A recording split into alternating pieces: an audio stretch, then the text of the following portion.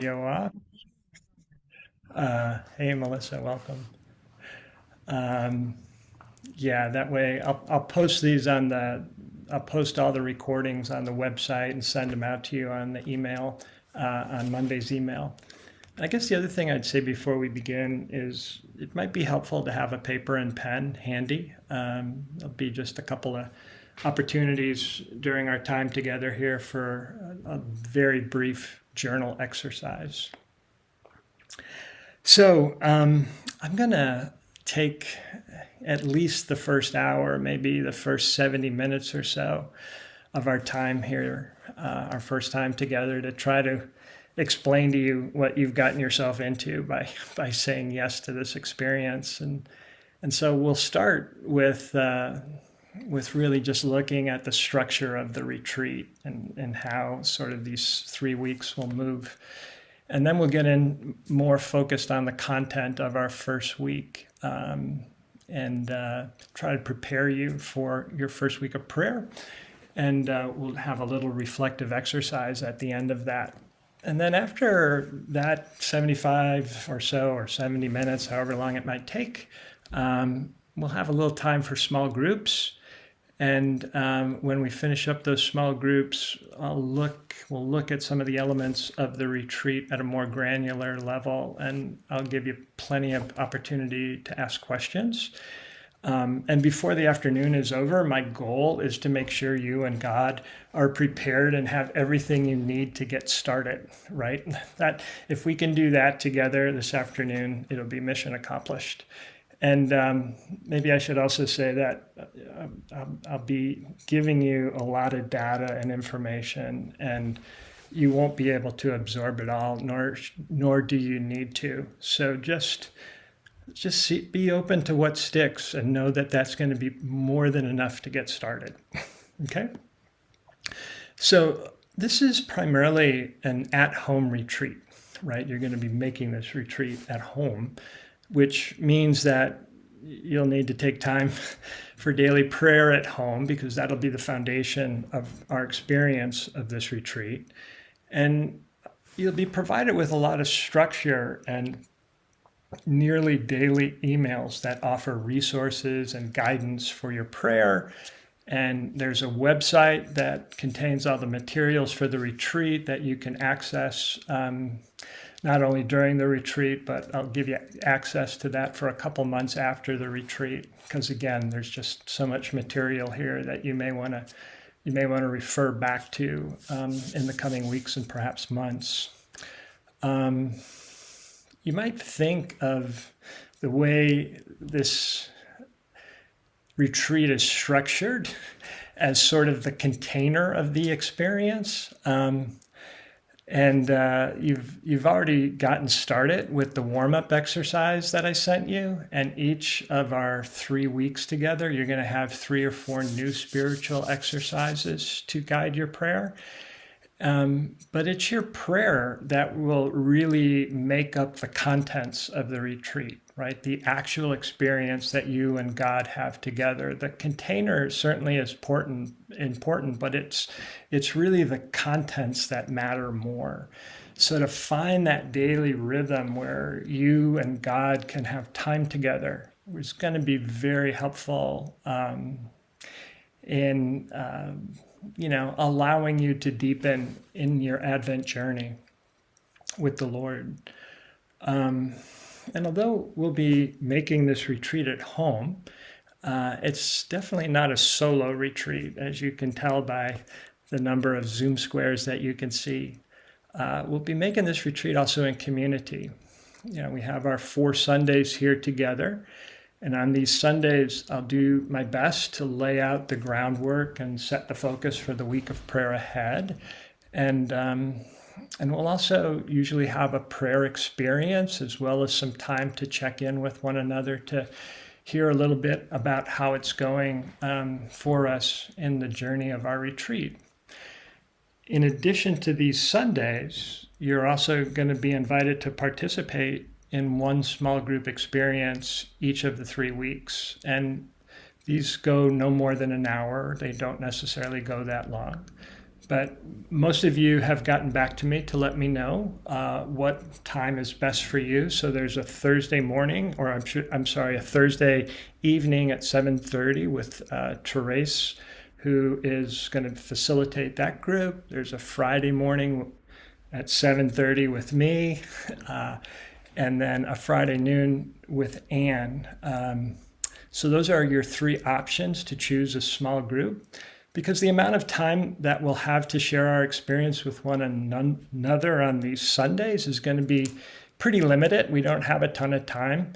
And so the small group is not just an opportunity to hear what others are experiencing in their journey, but it's also an opportunity to give voice to your own experience, right? Which is so important, as it often enriches the contents of your own retreat. You might think of it this way. It's kind of like going on vacation. You know, you come home from your vacation and you might sit down with a friend over a glass of wine or a beer and start telling them about your vacation, and you have to look back at what happened and decide what you want to share with the person. And then as you share it, the original experience of what you did on vacation can be enriched, right? It becomes clearer in your mind and in your memory.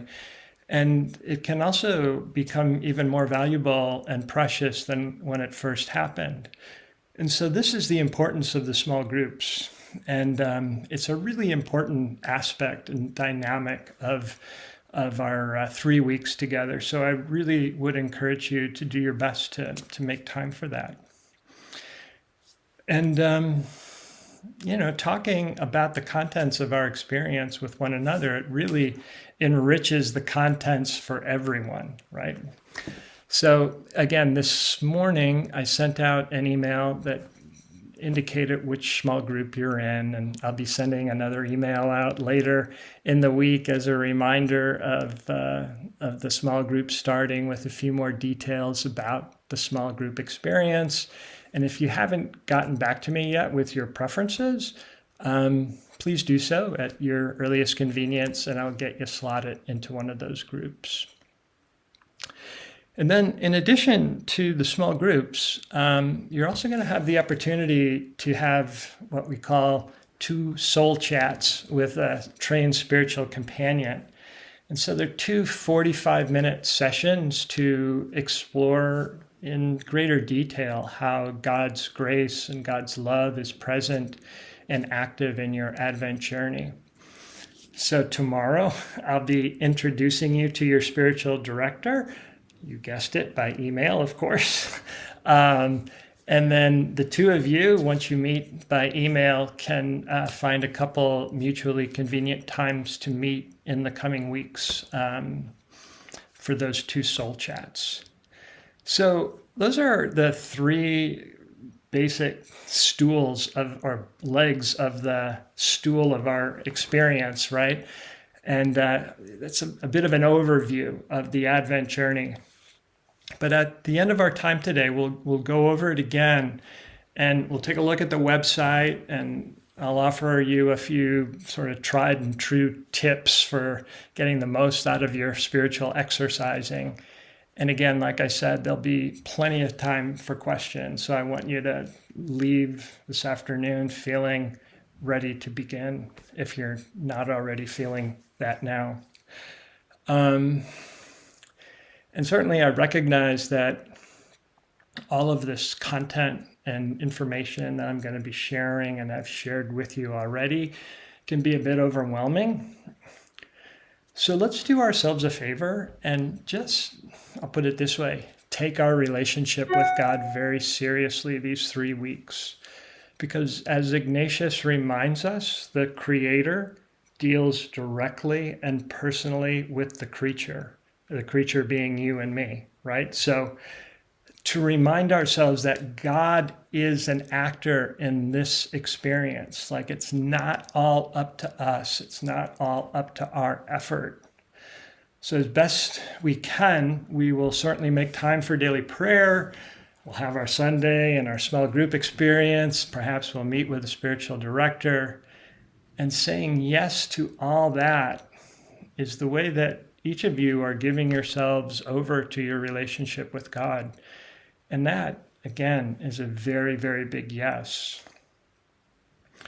And since God's generosity is never outdone, please set your intention to expect good things to happen, right? Expect something good to happen here in this 3-week journey.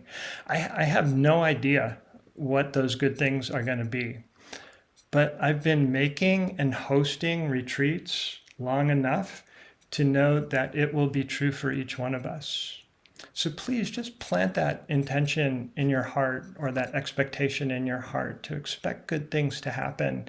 And we'll leave the details up to God, right? Trusting that God's generosity, again, is never outdone.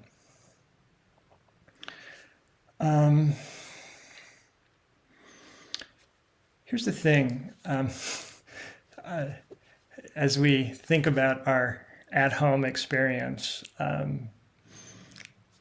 some of us are going to find an hour plus every day to invest in our prayer, right? I'm guessing that's probably going to be true.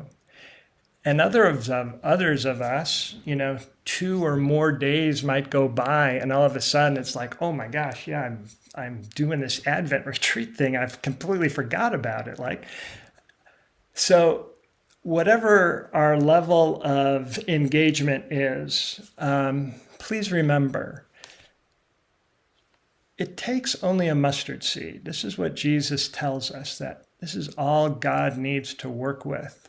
So when you get distracted during a prayer period, or you get distracted for a day or two during your week of prayer, I want you to write down these 2 words if you have a pencil and paper at hand. Write down these 2 words.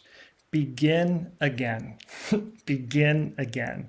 Those may be the most important words for developing a sustained practice of prayer and spiritual exercising, right? Begin again. Give yourself back to the experience with kindness. Give yourself back to the experience without any judgment, right? We have, or I should say, God has given us 1,000,000,001 chances to begin again. And God is always there to receive us with kindness and without judgment. So just let yourself, when you're distracted and you find your mind going someplace else during your time of prayer, or again, you're just having trouble getting to your prayer, begin again. Begin again. Okay. That's what you've gotten yourself into. And now that you know what you've gotten yourself into, maybe it would be good for us to begin with some prayer. Okay. So let me invite you, as we sort of settle into a time of formal prayer here, just to find your body. The body is always in the present moment. It's always a good place to begin, because it helps to bring the mind here. So feel your feet on the floor.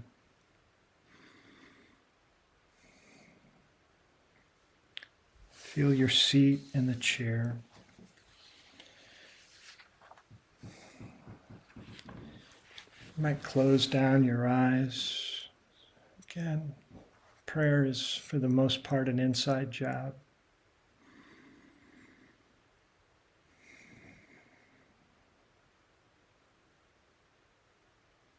Just let yourself really arrive.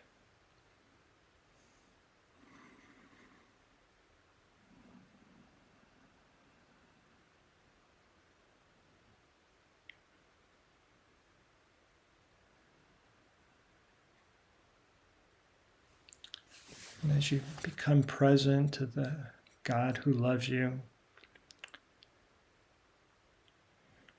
as you become present to the God life within you,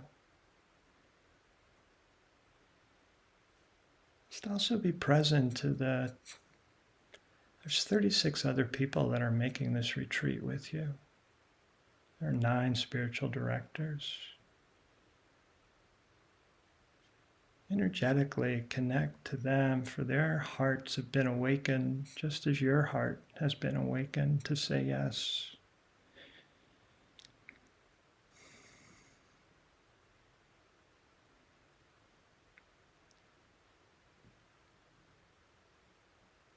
So I'll offer this prayer on the behalf of all of us as we begin. Loving God, as we start this time of spiritual exercising in Advent, help us to slow down, really slow down during this busy season and become present to you.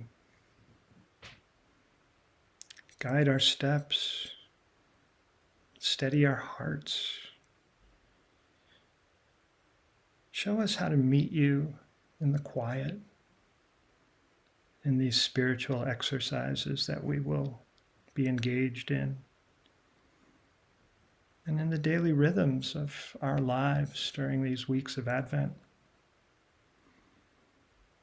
May this retreat open us to the Christmas miracle.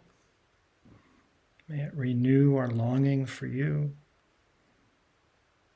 and prepare us once again to allow Christ to be born within us.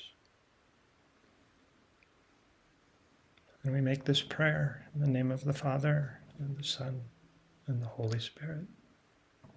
Amen. All right, friends.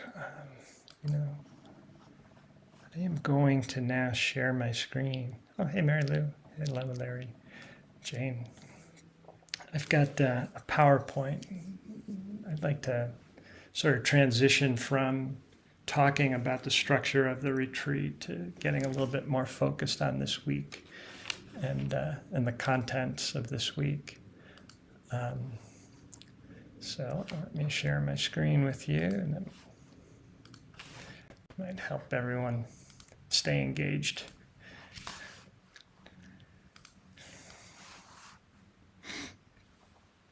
All right, as I mentioned, this is a 3-week experience that is going to immerse us into what we might think of as the Christmas miracle. And the Christmas miracle, sort of poetically defined, is God becoming what God loves. Right? At this time of year, Advent and Christmas, we talk a lot about incarnation. Namely, God is becoming flesh, which is to say that spirit and matter have this very intimate relationship with one another. And so our prayer through these 3 weeks is going to be all about incarnation. We are definitely going to affirm that, yes, Jesus is absolutely the pinnacle of God becoming flesh in our human history. And Jesus is not the only way that God expresses God's self in the world, right? Jesus is not the only way that God becomes what God loves. So we're going to reflect on this Christmas miracle, if you will, in 3 acts. Like the first act, or the first week of our prayer, we're going to be focused on the universe as God's body, right?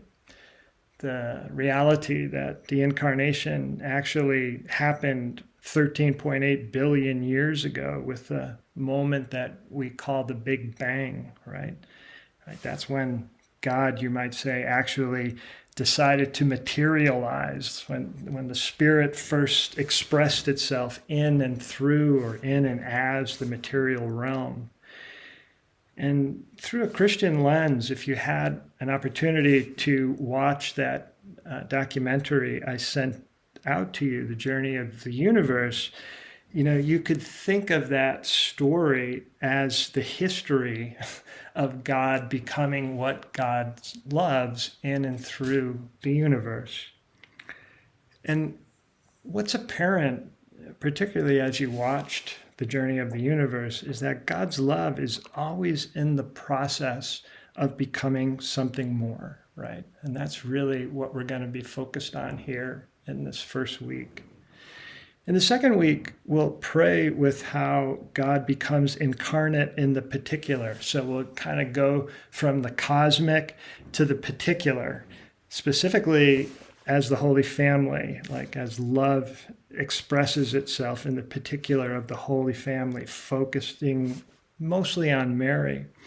And then in the final week, how God is incarnating God's self today in you, as you, right? That you are also an expression of what God loves. And so, again, there's a lovely quote from John's Gospel where Jesus says, "Amen, I say to you, the one who believes in me will also do the works I do, and in fact will do greater works than these." And the reason for that is that Christ is always being reborn, right? Christ is always in the act of becoming, right? This, my friends, is the action of incarnation.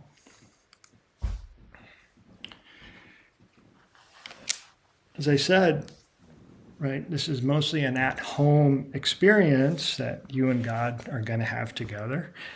And we're going to be invited to engage in some spiritual exercises that are based on the work and prayer of St. Ignatius of Loyola and Pierre Teilhard de Chardin. I guess you know you've sort of theologically made it when people start attaching your residence to your name, Loyola Chardin. Anyway, but I want to give you a quick intro to these two very famous Jesuits whose, shoulders we have the privilege of standing on during our time of prayer this Advent.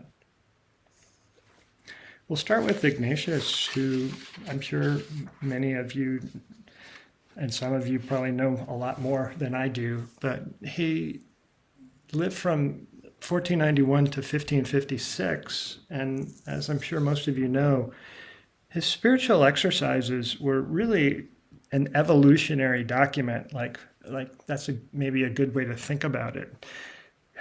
The exercises were crafted during this 9-year period where he was a lay spiritual seeker. From the time he left the Spanish army and entered the priesthood, he was just really having these remarkable experiences and in pursuit of, giving his life over to God. And so why his exercises became or are so evolutionary is they offered us and introduced Christians to new structured methods of prayer. He gave us these very well-ordered steps of contemplation. There were rules for spiritual discernment. There were rules for guiding spiritual directors. He's essentially a spiritual genius, right? And in addition to that, he founded the Society of Jesus, and their great charism is around education. And so for the last 500 years, people of literally every faith tradition have benefited from these spiritual exercises of St. Ignatius. Teilhard is a bit more our contemporary. He lived from 1881 to 1955. He was also a Jesuit. Ignatius was his spiritual father. He prayed the exercises during his annual retreats, and they certainly became part of his spiritual foundation. And he was also a scientist, right? Specifically a paleontologist. And he remained faithful to the society all his life, despite, if you read his biography, not being treated terribly well by his Jesuit brothers. Modern science for Teilhard was really shaping his experience of God. And it sort of took him to the margins of his own community. And there luckily was some significant women in his life that really became his spiritual and scientific confidants. And Teilhard has or was prophetic in the way that he integrated the discoveries of science, and we'll talk a little bit about that in a moment. But that allowed him to have science become more foundational to his understanding of a contemporary spirituality, a contemporary theology. And he really invites us to experience God far more through a 21st century lens, if I could put it that way. And you might ask, like, why would that matter, that we look at God through a 21st century lens? Like, isn't the God of Ignatius the same God as the God of Teilhard? And I suppose the answer would be yes and. Right? It's one of those yes and answers. You know, since Ignatius, our understanding of the universe has gotten so much more sophisticated. You know, less than 500 years ago, like Columbus came to this continent, right? That was less than 500 years ago. And at that time, the Catholic mathematician Copernicus theorized that the Earth revolved around the sun. So, like, they still sort of thought the Earth was flat. And Copernicus's theory upset him so much he could barely bring himself to tell anyone, because up until that point, you know, we imagine that the sun and the planets and the stars all revolved around us. We believed ourselves to be the center of the universe.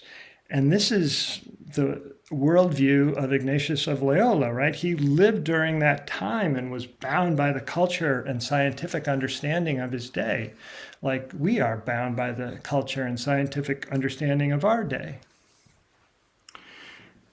And so it was not long after Ignatius that Galileo comes along and he has this new technology, namely the telescope. And he proves that Copernicus is actually very much correct, right? And the church sees Galileo as a heretic. And, you know, because again, it clearly, in their mind, states in the Bible that the earth is the center of the cosmos. And in 1633, Galileo is placed under house arrest. And it's not until 1984 that the church finally releases Galileo from house arrest, which we can only imagine was a happy day in his afterlife. But it really just goes to show, like all of us, the church has a hard time admitting she's wrong.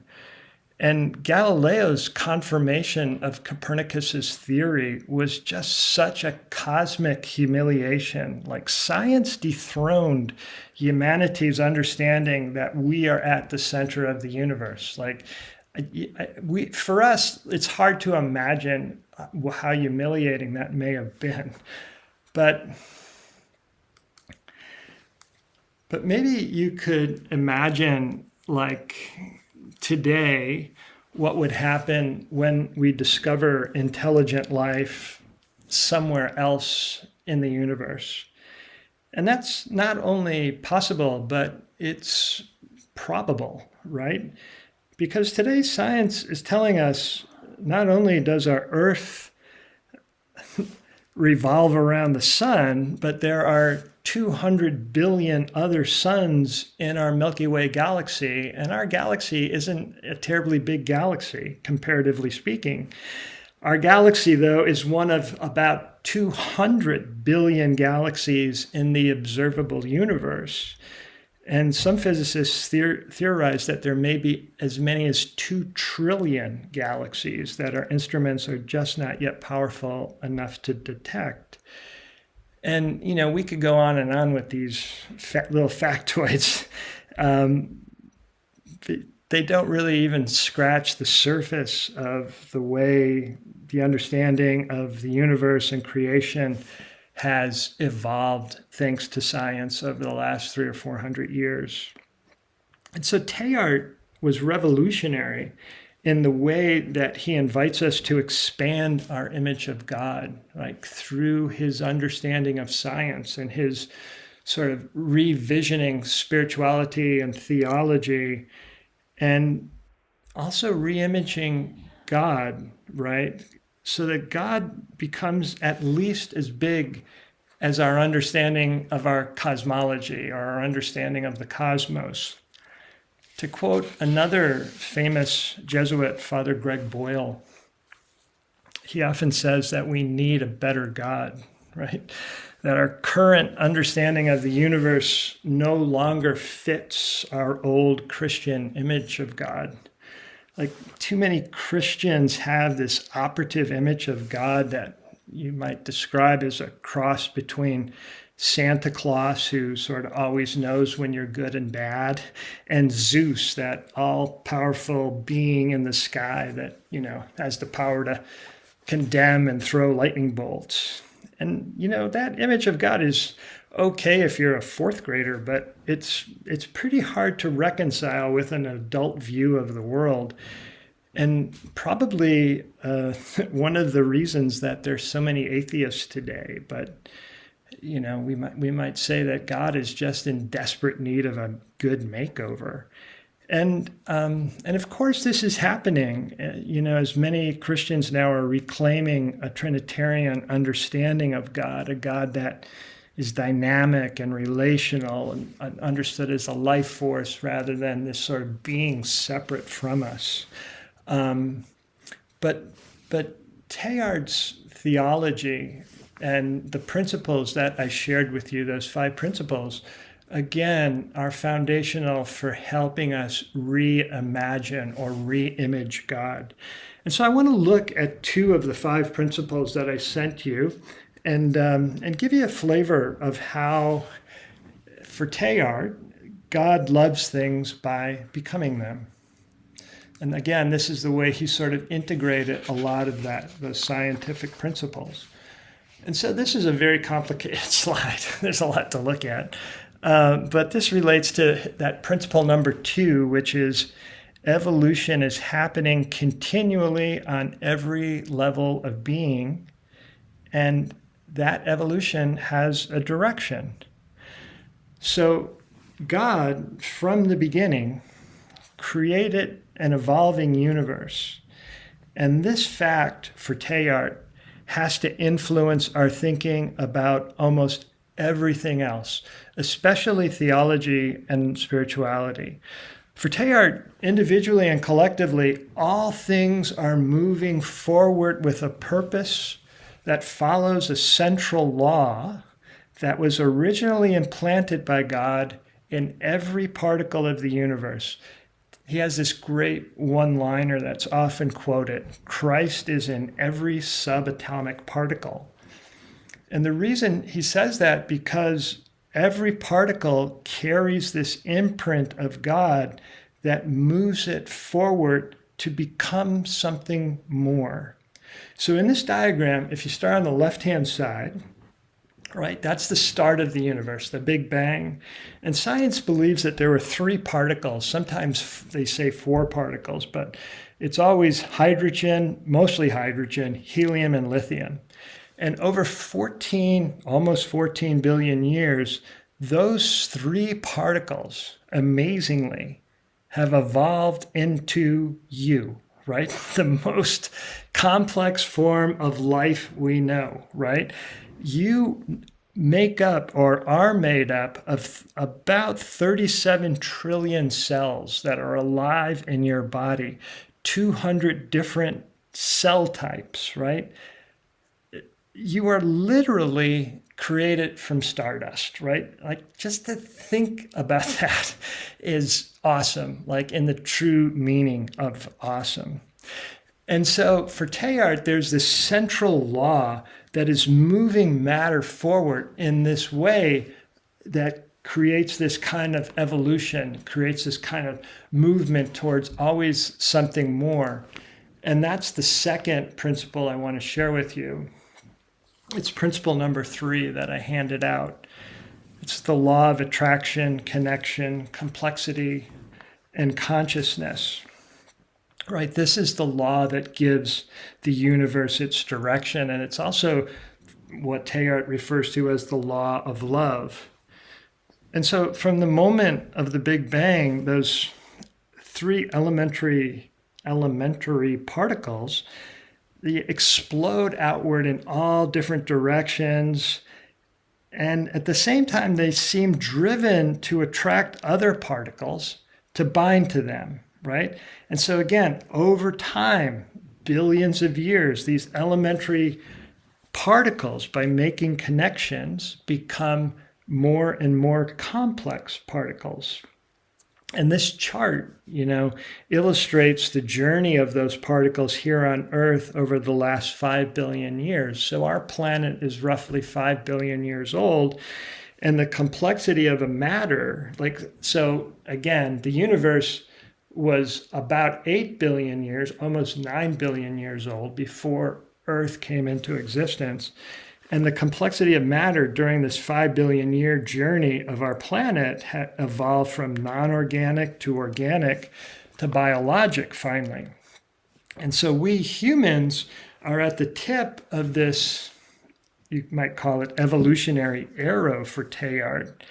And Teilhard often talks about God moving matter to higher levels of complexity and consciousness, right? Because again, this is the job of the law of love. And so you might think of it this way, as we think about this, how it's affected the evolution of our own consciousness. Science tells us about 100 million years ago, the frontal cortex evolved in our brain, right? And that was just an amazing leap forward, because through that cortex, we became self-aware, right? That is a major leap forward in the evolution of our consciousness. And so today, that law of love moves us to deeper friendships, deeper romance, deeper compassion, deeper self-sacrifice, to spiritual union, right? Again, this is how the evolution of this law of love is happening in you and me. And again, we might think of Jesus again as almost the second Big Bang in human form, where our consciousness is being, as followers of Jesus, our consciousness is that, our desires to have our consciousness evolve into Christ's consciousness, if I can put it that way. So again, that's a bit of, I'm trying to help you understand the science and how it has influenced Teilhard's understanding of theology and spirituality. But you might be asking, what does all this really mean for my spiritual exercising here in Advent and as we move toward Christmas? And so let me try to end with this slide and to bring it back to Ignatius on the left and Teilhard on the right.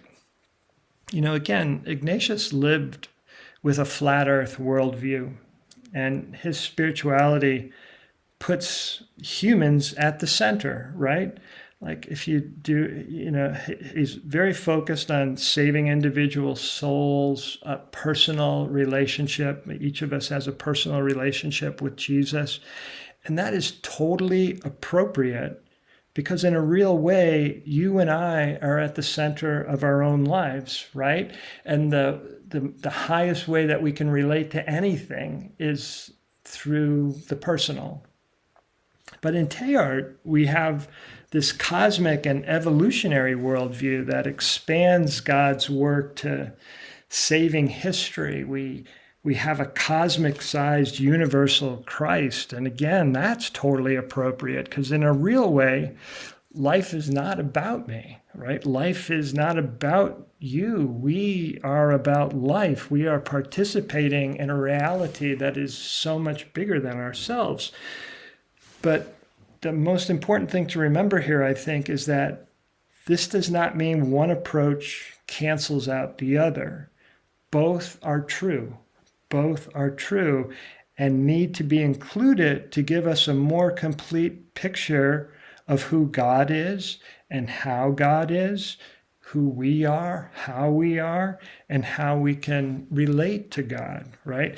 It's not an either or, it's a both and. So I want to pause, and I'm going to invite you, if I can move this slide up successfully. There we go. I'm going to invite you, let's take 3 minutes of quiet before we move into sort of the next piece that I want to share with you.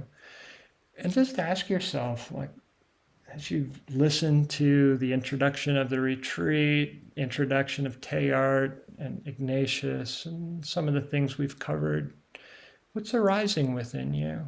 You know, what's alive within you now? What may have surprised you, affirmed you, challenged you?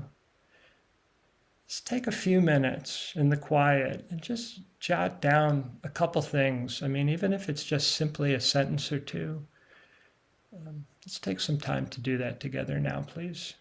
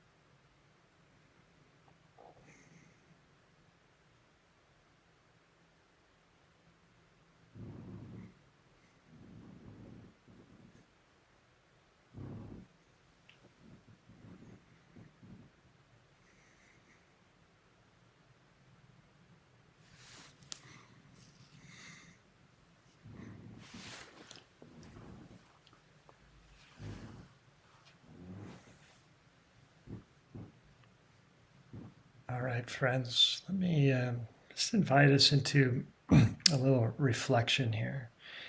And maybe you had the opportunity to watch the Universe Story, but I want to offer you a short reflection on the Universe Story that you're more familiar with, right? That's the story of Genesis 1 and 2, right? The story of creation. And then after that, we're going to watch the entire 14 billion year evolution of the universe presented in 10 minutes, right? But let's first talk about our familiar creation story. When looking at a sacred poem like this Genesis creation poem, I find it useful to make a distinction between two types of knowing. There's logos knowing and there's mythos knowing. And both are Greek words, and both can be translated into something like story or account of, because they both tell a story or give an account of the world, but they do it in very different ways. Logos is, as you could probably guess, where we get the word logical from. Right? It's data driven. It's like just the facts. It sees the world empirically, scientifically. Mythos is where we get the word myth. And myth communicates truth, but it's truth that is more than literally true, right? Myth makes meaning, right? It's poetic, it's symbolic. You might think of Logos as Neil deGrasse Tyson and mythos as Mary Oliver. Both give a compelling account of the world, but do it very differently. Another way to think about it is Logos, that kind of knowledge, builds hospitals, right, and modern medicine. But mythos tells us why people are worth saving in the first place, right? Logos can give you access to nearly every recorded song right on your telephone. But mythos describes those transcendent places that music can sometimes take us, right? So you get the picture? Like the creation story is mythos, not logos. So let's go back to that. We don't really know how old this poem is, but scholars tell us that it was written down when the Jewish people were under the control of the Babylonian Empire. So allow yourself to wonder just for a moment about how a small band of monotheists living among the force and the oppression of the Babylonians, it'd be like a small group of women living amongst the Taliban, right? How this small group came to write down their creation myth, right? And what moved them to tell a story that conveyed such a radically hopeful message in contrast to the circumstances of the day that they were living under Nebuchadnezzar's oppressive rule, right? So again, you're probably very familiar with our myth of God creating the world in 6 days. And what you notice in the Genesis poem is that God keeps moving beyond what already is, right? There's this continual state of becoming. The impetus for the drive towards more on God's part, if you read the poem carefully, seems to be beauty and enjoyment. Like God creates the light, and then you can imagine God stepping back to appreciate and enjoy the beauty of the light and giving like an, oh my God, that is so beautiful, when God says, it's good, right? That is good. And then out of that joy, God then makes the sky and the waters below, and again steps back and says, that's good. And then God makes the earth and the plants and the animals. And finally, God makes humans and says what? Like, we are very good, right? The poem is communicating that God is overflowing with, I'll call it joy, as God creates, right? The expression of love overflows into more and more, right? As God creates out of this joyful stance. And I think one of the best examples of how God is working in the Genesis poem are grandmas, right? Not too long ago, I bumped into Bev, who lives 2 doors down with me, and she's a grandma. And during our conversation, you know, of course, she almost always pulls out her phone, and this time was no different. She pulls out her phone and she starts telling me about her grandkids, right? Because her grandkids bring her so much joy, it's like impossible for her to keep them hidden, right? The joy just can't contain itself, right? So she tells me all about Oliver and Rachel and their Halloween costumes and what's happening in their school. And so now I'm engaged in the life of Oliver and Rachel, and I'm learning about them, and I'm getting excited. And so at the subconscious level, right, the nature of joy always wants to invite and include and go beyond, because, you know, as we say, joy spills over. And you get that language of joy spilling over because that's how joy perhaps is operated in your life, right? And God, like the grandma, wants to include more and more in her web of connection that brings everything and everyone into her web of consciousness, as God seems to create, as God's joy just is always spilling over into something more. So that is the mythos, right? But now I want to invite us to behold the logos. So keep this creation myth at the back of your mind, like God's joy is continually spilling over into the web of greater life. And what I'm about to show you is this 10-minute video on the evolution of the universe, right? And it takes us from the Big Bang to today in 10 minutes. Like, it's 13.8 billion year history. So every second of this video represents 22 million years. Again, but I invite you to keep that Genesis poem at the back of your mind as you watch this video.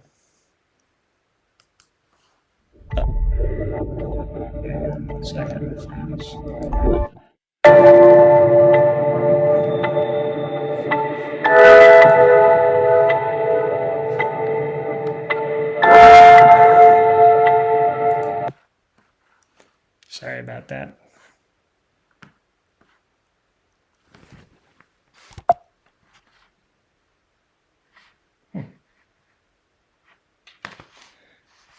We're having some technical problems.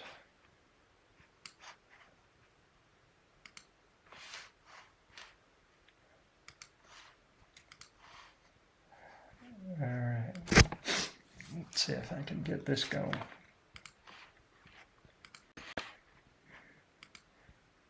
Here we go.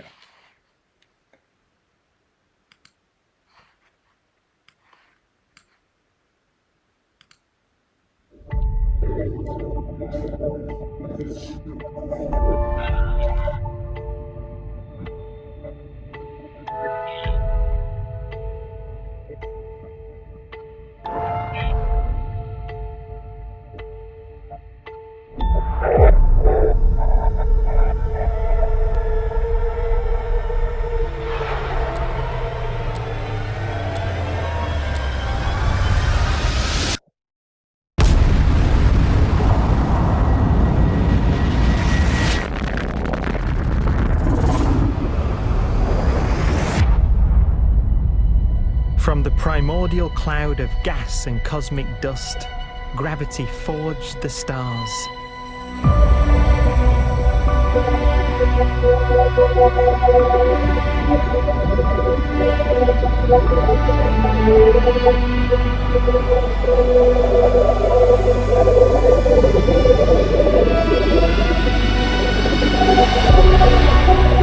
Gravity connects star systems together in vast galaxies and steers them on their journey through unbounded space.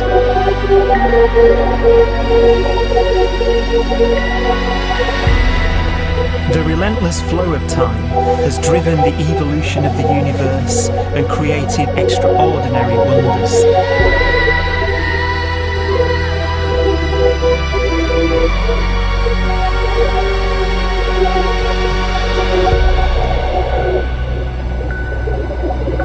Some galaxies form so close together that they're locked in a gravitational embrace.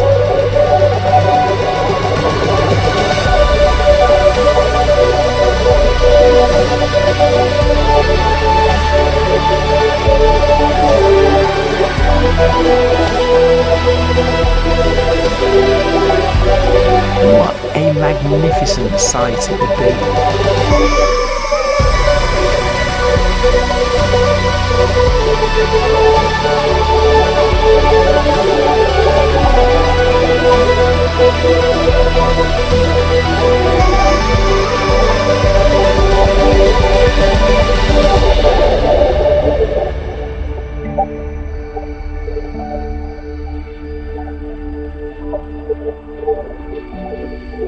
As it evolves, the universe passes through distinct eras.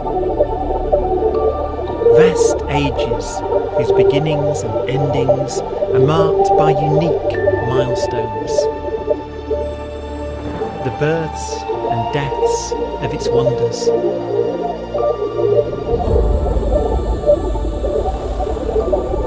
We are the product of a grand evolutionary sequence, cosmic evolution, about which we are only occasionally aware.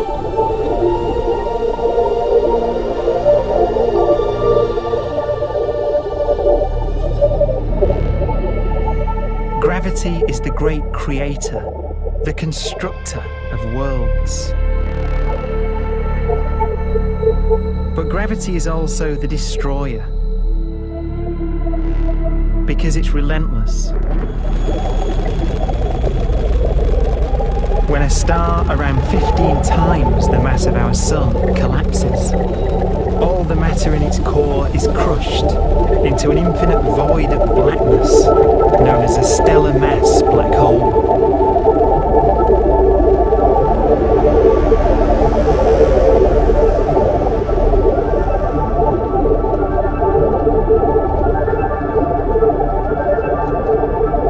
The immense gravitational pull of these monsters can rip a star apart. They tear matter from its surface and drag it into orbit.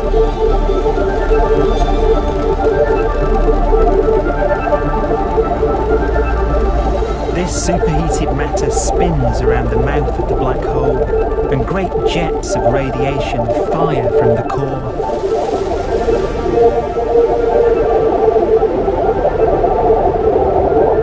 Although these jets can be seen across the cosmos, the core itself remains a mystery. Not even light can escape, so their interior is forever hidden from us.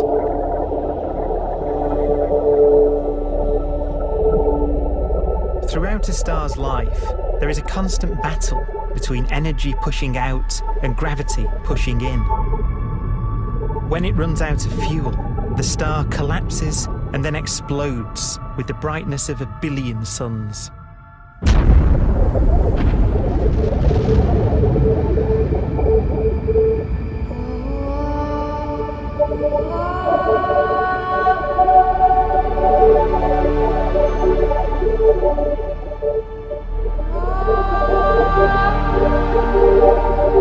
As the star is torn apart, it will fire out into space all the elements that it created in its life and death. These are new stars forming from the elements blown out by supernova explosions. New stars being born from the remains of dead ones. And it's from this universal process of death and rebirth that we emerged. Because it was in a nebula just like this, 5 billion years ago, that our sun was formed.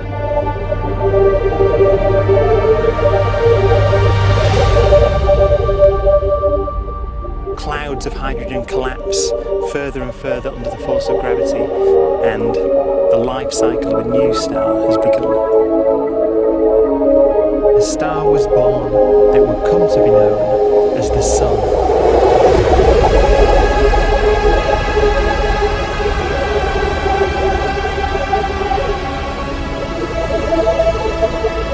Around it, a network of planets formed. Among them was the Earth.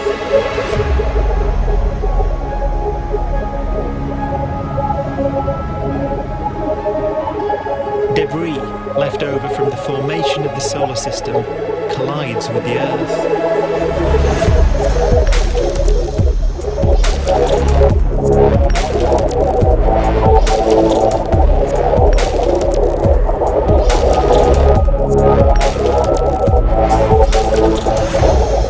Earth began life as a molten hell.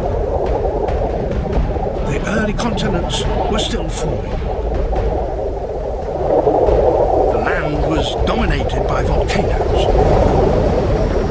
hostile and lifeless. But deep in the oceans, life had begun.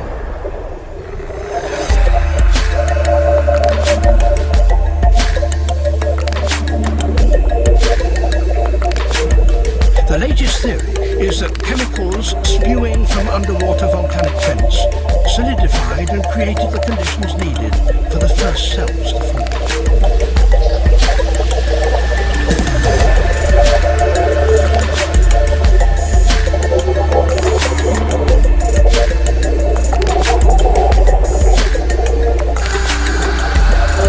For some 3 billion years, simple microscopic organisms were the most advanced form of life on the planet. Cyanobacteria and other oxygen-producing microbes began to bloom. These flourished in colonies of plant-like microbes that pumped out enormous volumes of oxygen.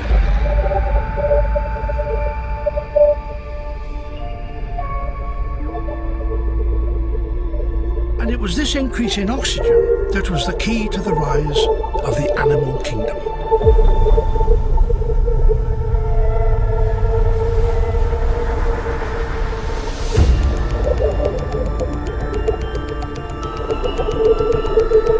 Organisms started using oxygen to respire, yielding a lot more energy, which allowed the development of more complex life.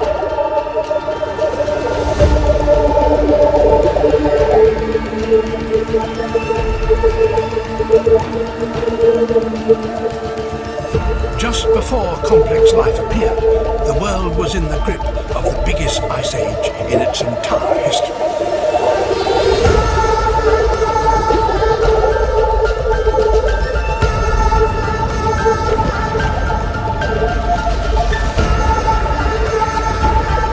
And then suddenly, advanced organisms appeared.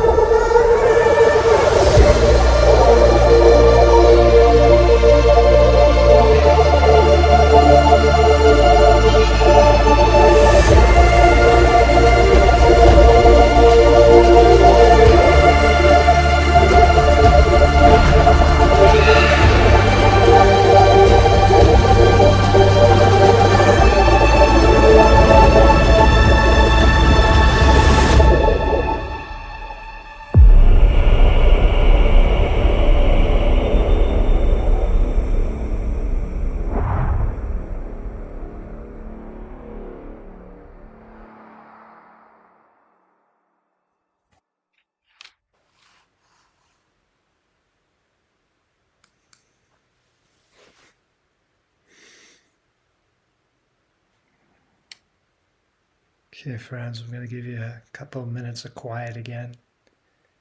And in the quiet, again, just assess what's moving in you now, what's arising within you now.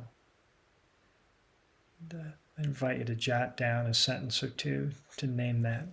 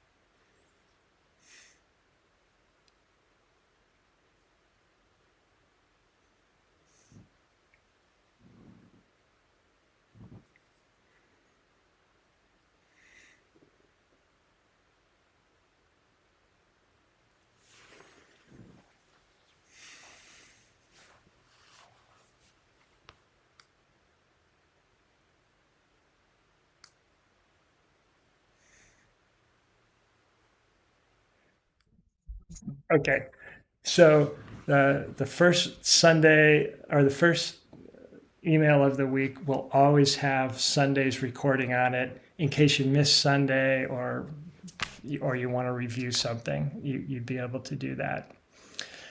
I want to pause there rather than continue to download information to you. I want to see what questions you have.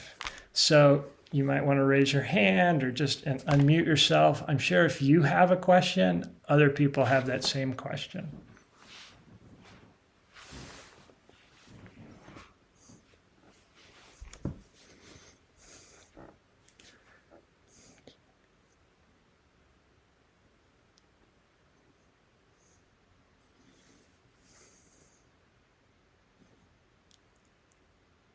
Al, I have a question. Do I have to, when you say journal, do I have to really journal in a book, but write it out, or can I type it out? It'd be easier for me to type it out. Yeah, I think whatever's easiest, Mary Lou, I would suggest doing that. Okay, thank you. And And again, I love, oh, go ahead. I'm sorry, I loved your presentation on the film. I loved it. I mean, it was just fabulous. Well, I was wondering how you were going to present it, and it's really great. The one question I had, what did you say about there's more atheists because of what? I don't think I caught. yeah, that's just my own pet theory of like our image of God really feels like for most people it operates at a fourth grade level or a sixth grade level where we think of God up there and again a cross between Santa Claus and Zeus in some way that we sort of image that great being. And the rest of the way we understand the cosmos for most of us is so much more advanced. It's hard to fit that old image of God into our existing understanding of the universe. Al, your mails are so well organized, and I so appreciate them. Notwithstanding this website that you gave us an overview of, if we felt like we've missed an email and we've checked our junk folder, I understand that all the materials are on the website, but there's something about your emails that are so fantastic. Are the emails themselves also housed on the website, or if we feel like we're missing one, what would be the best way to try to corral it? I wish I could figure out a way to house those emails on the site. Anytime anybody has a question about anything, hopefully you have my email and you also have my phone number. So reach out anytime. The emails that you should have received so far that have come from the platform. So this is the MailChimp platform, which is a listserv, which sometimes ends up in people's junk folder, right? So there have been two. There was an email that went out this past Monday, and there was an email that went out on Friday. Those are the two that came from MailChimp. And the email on Friday had all the links for Zoom and information about that. The email on Monday was sort of the pre-retreat exercise, the warm-up exercise. And now starting tomorrow, you're pretty much going to get an email from me every day, Monday through Friday, and that'll always come out 5 a.m. Central Standard Time. Thank you. I have a question about the small groups. Sure.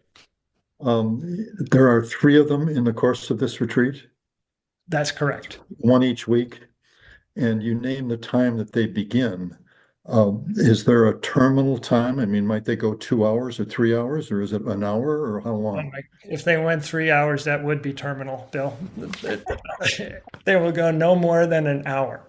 And they may Thank you. they may not go an hour. And Thank you. And again, most of you have gotten back to me about your scheduled time. And the reason we like to sort of keep those groups together is so you get to know one another. And we only have 3 meetings, but still a level of trust can develop during that time. But if for some reason you can't make your small group time at a given week, please feel free to come to an alternate time that week. You know, you're always welcome. Don't miss if you don't need to, if you don't have to. I have a question. Yes. In our small group, we just met 2 leaders. Now, who are these people that are leaders, and how many are they among us, regular people? Not that we're not all leaders, but Yeah, and hopefully we're all regular people. Uh, right. um, yes, Therese McCall and Anne Rometty. Anne and Therese, would you mind unmuting yourself and just giving us 30 seconds on who you are? Sure, I'll be happy to jump in. Thank you, Al. My name is Anne Rometty, and I currently reside in Barrington, Illinois, North Barrington, with my husband. And I'm a mom of three adult children. Two are married, and we have two beautiful grandsons, so our family is growing. I'm a retired Catholic school teacher most of my life, which has all been gift. And through lots of ministry work, I landed at Bellarmine Retreat House and was trained in Ignatian spirituality as part of their spiritual direction program. And just feel gifted in being a part of Bellarmine and helping out when needed on their weekend retreats and some of their current programs of study. And I'm honored and humbled to accompany and be with all of you on this journey as well. So thank you. Thanks, Anne. And my name is Therese. Think of a tray with an S on it, McCall. I sit at the moment in Lake Forest, Illinois, and I am trained as a spiritual director through the Loyola University Spiritual Direction Program, where I'm also in the final one semester left to finishing up an MDiv with spiritual direction as my concentration. I'm a pastoral associate for the Archdiocese of Chicago, and I have retired in the last 5 years from a 30-year career in the pharmaceutical industry. So this is a beautiful shift for me, and I am blessed to also, like Anne, be part of the ministry team at Bellarmine, at the Bellarmine Jesuit Retreat House, where Al came into my world just recently. So I'm super excited to be part of this journey with him and with all of you over the coming weeks. Great. Yeah, thanks to Therese and Anne. They're both going to, Therese is hosting or facilitating the Thursday night group and the Friday noon group. And I'll be hosting the 7:30 a.m. Friday group. And Anne and Therese and Paul Horcher and Mandy Dillon, if I'm missing anyone, there are 9 spiritual directors that, again, will be introducing you to, that you'll be able to have those 2 soul chats with. So thanks to Paul and Mandy for your presence here and being involved in this retreat.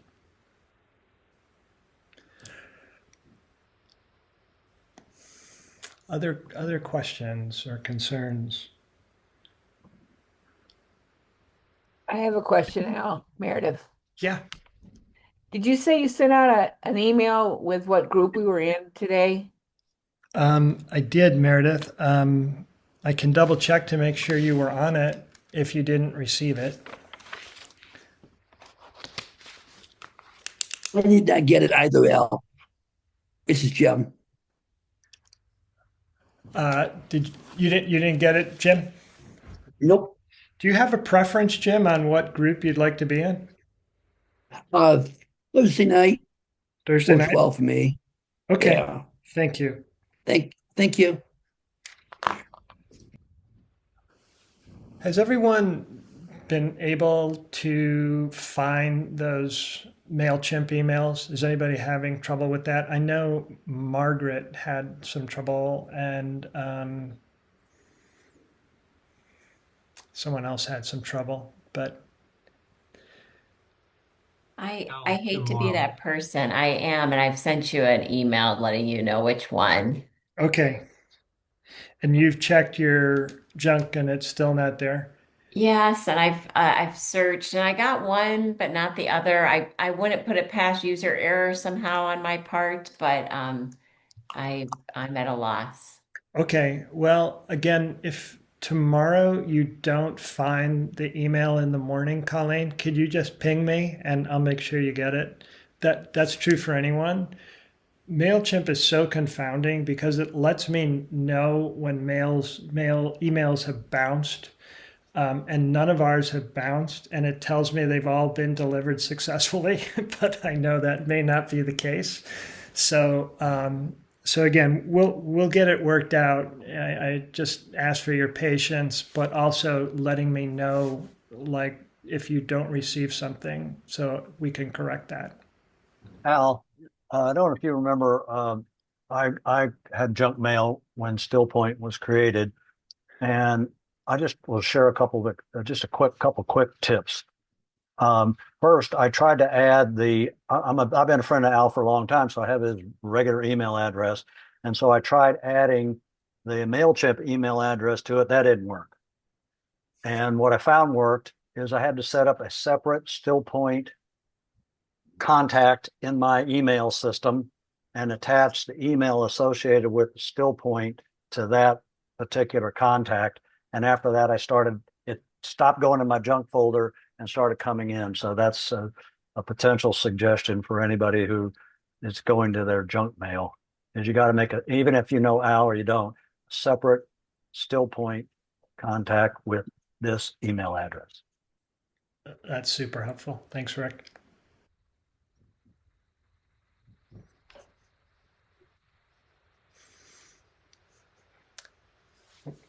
We have a couple of minutes. I'll stay as long as you have questions. I don't want anyone to leave with an unanswered question, but if others need to get on with their evening, feel free to please drop off if need be.